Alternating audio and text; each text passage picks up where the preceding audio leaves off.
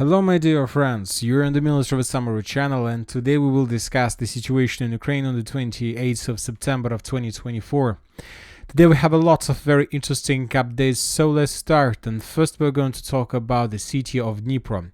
The Russian airspace forces attacked the city with the use of Iskander missile, and as a result of attack, another ammo depot or warehouse, so the temporary deployment point of the armed forces of Ukraine, was destroyed. As you can see, the Russians recently have intensified their aviation activity exactly in the direction of the city of Dnipro and the city of Zaporozhye. Once again, something big might happen in the very near future exactly on this line. Now let's talk about the South Donetsk direction, where the Russians continue their offensive operation, and this is another area where the Russians are intensifying their activity.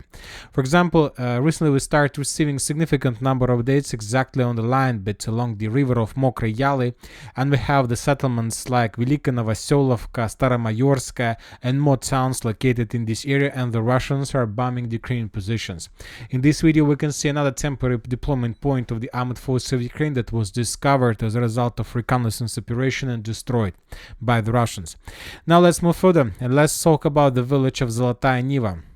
The Russian sources published the video how they were attacking the edge positions of the armed forces of Ukraine in the village with the Lemur missile, and as a result of attack the temporary deployment point was destroyed. And this is very important video because if you remember, during the battle for Prichistovka, some pro-Russian sources reported that the village of Zolotaya Niva was captured by the Russians, or at least the Ukrainians abandoned their positions.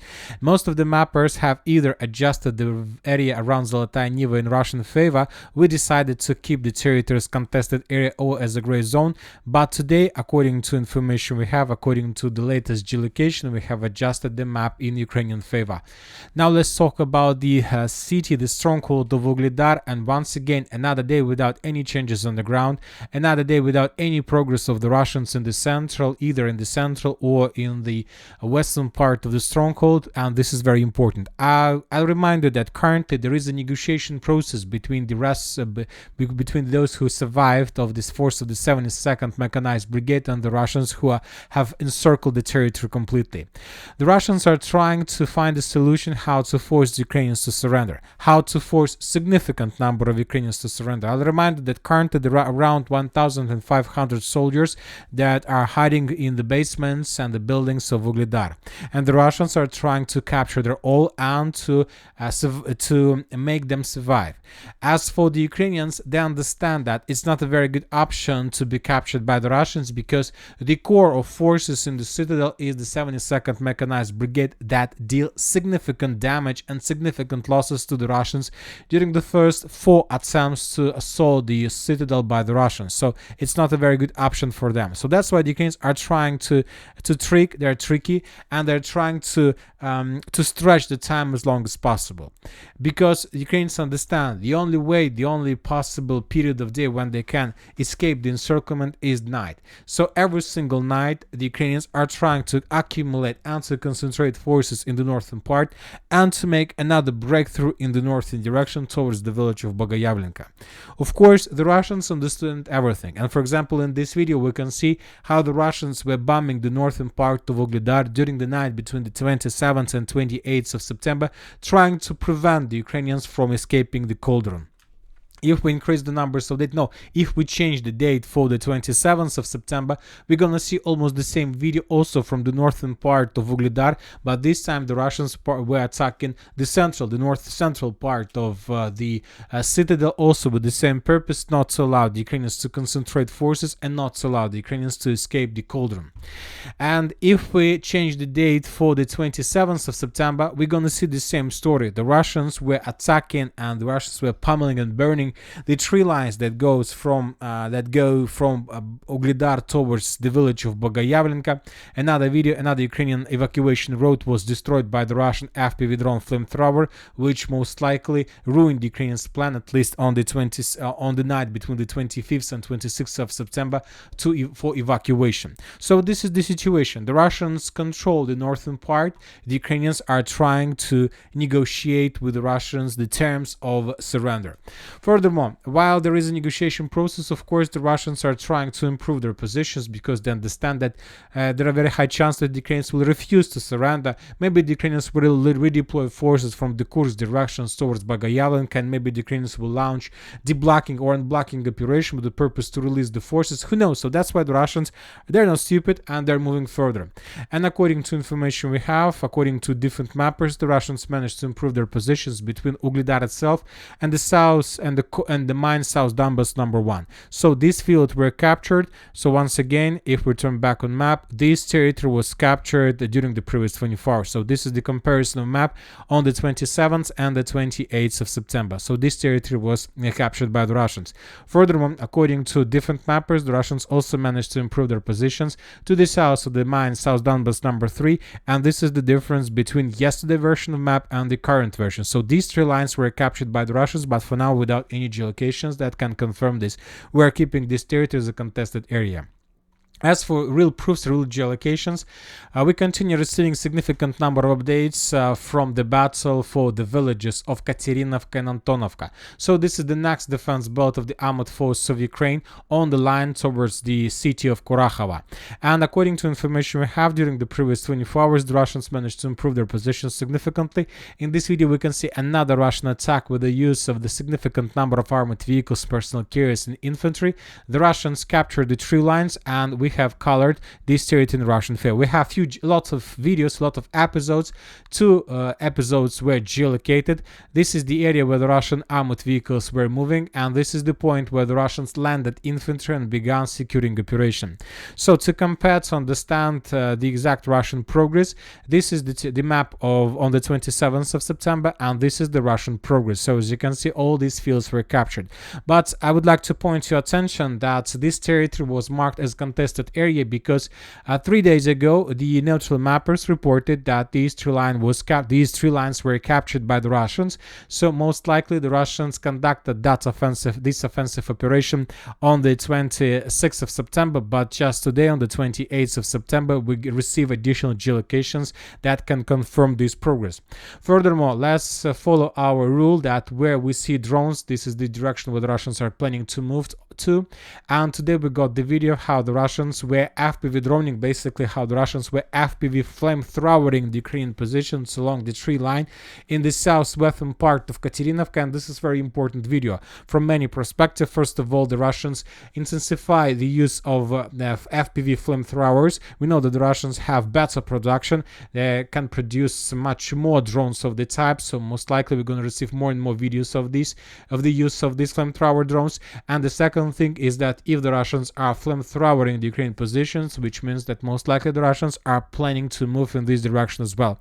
So if we summarize everything with this Russian progress to the south of Katerinovka with the video of flamethrower drone, most likely during the next few days the Russian main objective is to take under control this territory. If the Russians are able to do this, this will lead to semi-encirclement of the Ukrainians in Antonovka. The Russians from these positions, from this configuration, will be able to cut the main supply roads. And if this is going to be like this, most likely during the next few days we're gonna start receiving updates about additional Russian attempts to attack from Pobeda and Paraskoyevka, also in the direction of Antonovka. Obviously, these 2 villages will fall much faster than the village of Konstantinovka and Novomikhailivka. Now let's move further and let's talk about the Kurakhova direction. First, we're going to talk about the battle for Selidova. We have already discussed the situation in this city during the previous video. Let's take a look at the video once again. The Ukrainian sources published the video how the Russians managed to break through the Ukrainian defense belt with 2 personnel carriers.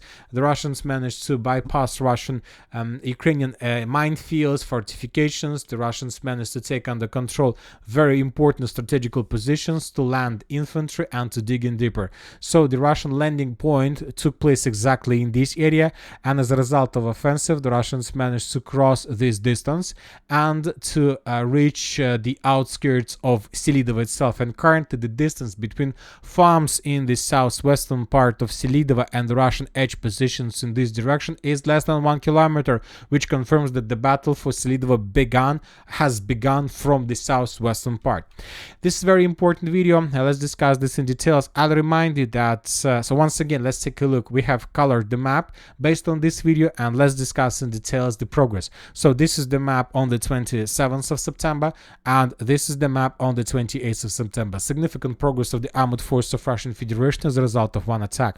I'll remind you that on the 26th of September and the 25th of September, we got significant number of videos of how the Russians were concentrating their forces in this area along the railways.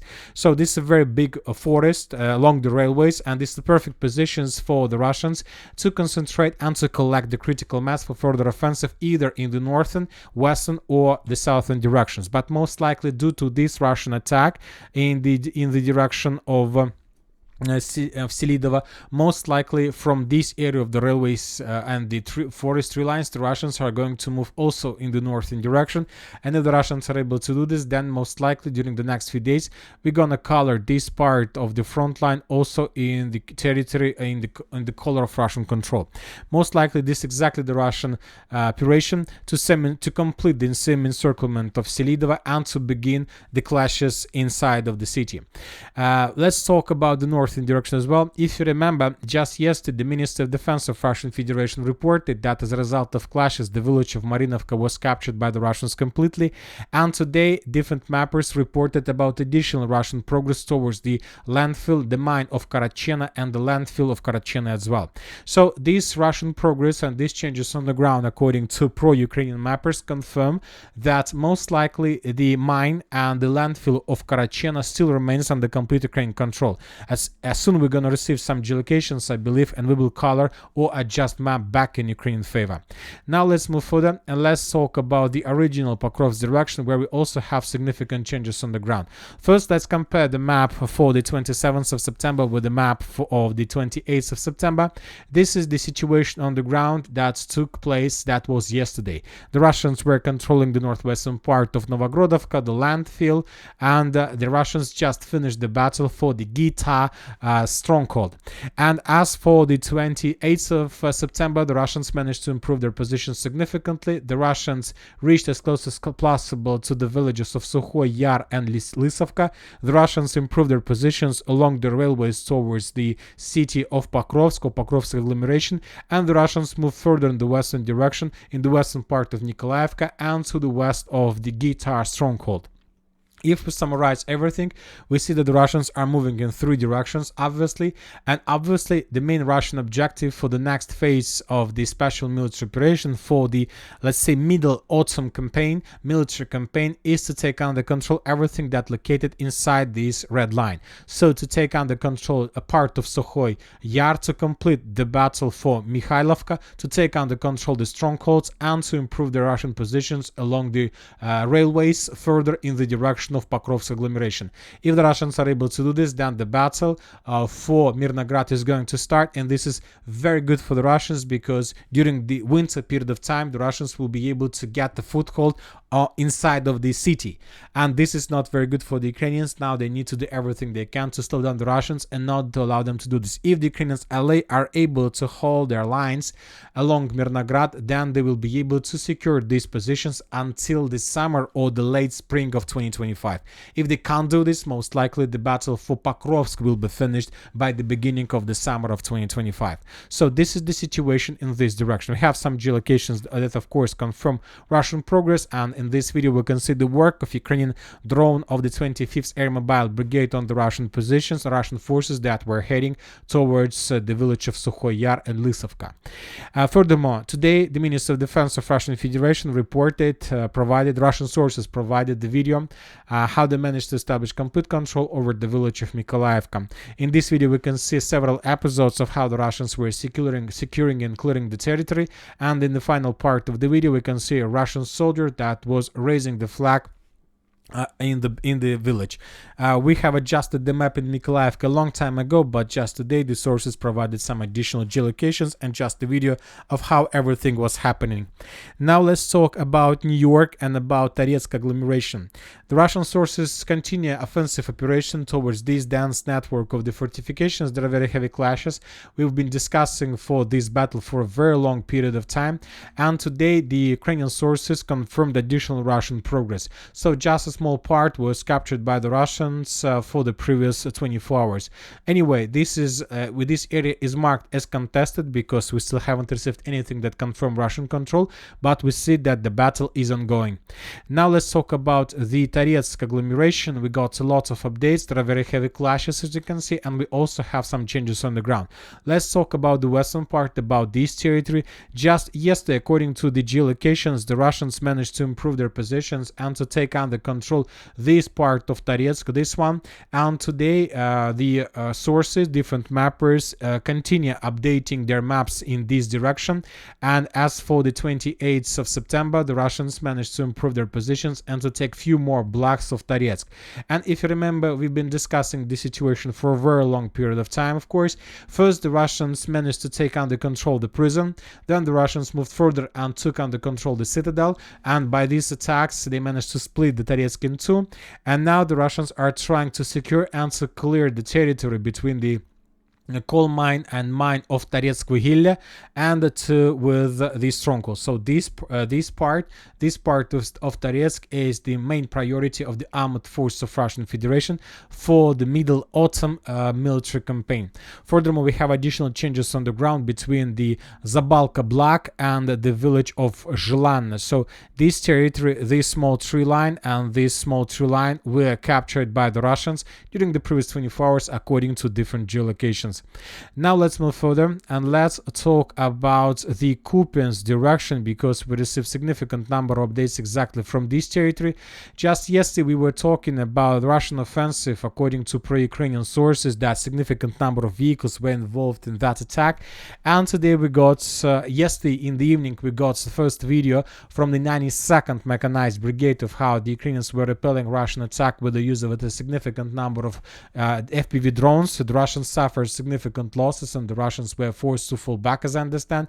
In the final part of the video we can see the exact statistic of Russian losses, and as a result of that attack yesterday, Ukrainians reported Russians lost 4 tanks and 2 personal carriers, and significant number of vehicles were damaged. And this is just the results of the FPV drone squad of the 92nd Mechanized Brigade. As for today, the 77th Air Mobile Brigade published another video, the second video. They also so 77th and 92nd Brigade together were repelling this Russian massive rush with a significant number of vehicles, and the 77th also reported about significant losses. So that was the greatest defeat of the Russians, and we have already discussed this offensive operation in the previous update. And I remind you that according to military summary understanding of the situation, the Russians should have moved from Pischana further in the south in directions towards Lazova with the purpose to cut the salient and to encircle the Ukrainians and to force them to fall back. But for some reason the Russians decided maybe to surprise the Ukrainians and to attack straight on the line between, let's say, Novoselovka, Volodymyrovka, Pischana, and then further in the direction of Kolesnikovka. But the Ukrainians probably discovered the Russian plans and they were prepared and they met this attack and they destroyed almost everything that the Russians were using. So this is the situation. Let's wait for additional updates. Let's wait. Maybe the Russians will continue once again in the direction of Oskol, or the Russians will change their plans and they will follow according to the military summary projections. Let's wait. Now let's move further. The Russians continue bombing and attacking the city of Kupiansk, trying to destroy logistics. In this video we can see once again the Ukrainians managed to restore some bridges, some pontoon roads for supply, for support. The Russians destroyed another restored pontoon bridge as a result of missile strike. Later we got additional video how the Russians destroyed some industrial zone of Kupiansk, where the Ukrainians most likely were keeping some vehicles or maybe ammo depot, and that was destroyed again. Now let's move further and let's talk about the Kursk direction. The Russians continue or resume their offensive operation. We have two important updates. We have video of how the Ukrainians were using flamethrower drone to burn out the Russian edge positions, and based on this video most of the mappers have adjusted the map, and as for us, this territory considered as contested area, and now we have real proofs that the territory was recaptured by the Russians. So we have colored this part based on the video of how the Ukrainians were FPV flamethrowering the Russian positions there. Furthermore, we got reports that the Russians resumed their attempts to attack the village of Sverdlikova. Currently, we haven't received even a single geolocation that confirmed Russian control over Nikolaeva, Darina, and Pokrovsky, but now we start receiving updates about the Russian attacks in direction of Sverdlikova. I believe we need to wait for additional updates and then we will change the map. For now, we're going to keep as is. And now let's talk about the central directions. The Russians continue bombing and attacking Ukrainian positions. For example, in the eastern direction, the Russians were using 12 flamethrower systems to destroy the edge Ukrainian positions to force them to fall back. And probably after these number of strikes with the 12 flamethrower systems, the Ukrainians decided to retreat. At least we have some map updates according to different pro-Russian mappers. As for the northern direction, the situation remains the same. The Ukrainians still have a lot of soldiers in this part. The Russians are bombing them and attacking them, trying to force them to fall back, but the Ukrainians are not retreating. Maybe they can't, maybe they don't want to do this. In the area of Krapivnitsky, we have the video of how the Russians, as a result of reconnaissance operation, managed to discover the positions of the Ukrainians, and as a result of Iskander strike, that temporary deployment point was destroyed. Zelensky is going to return back today to Kiev. He had a meeting with Joe Biden, he had a meeting with the Kamala Harris, and he had a meeting, just finished the meeting with Donald Trump. And as I understand, Zelensky didn't get any support from any one of them. Now the Western countries are going to pay significant focus to the Middle East. As you know, today there was a very massive attack on the headquarters of let's say Lebanon forces, and as a result of attack, very high important persons and authorities were destroyed, and this is just the beginning. Most likely during the next days the actions are going to just intensify and intensify. So that's why the Western countries will pay all their attention to Israel and to this region, of course, in the loss of different assets and activities in Ukrainian direction, which is not very good for Zelensky himself. And that's it for today. Military Summary channel reminds to condemn any violence in the world. Thank you for watching. Subscribe to my channel, put your likes to my Patreon, and have a good day. Bye bye.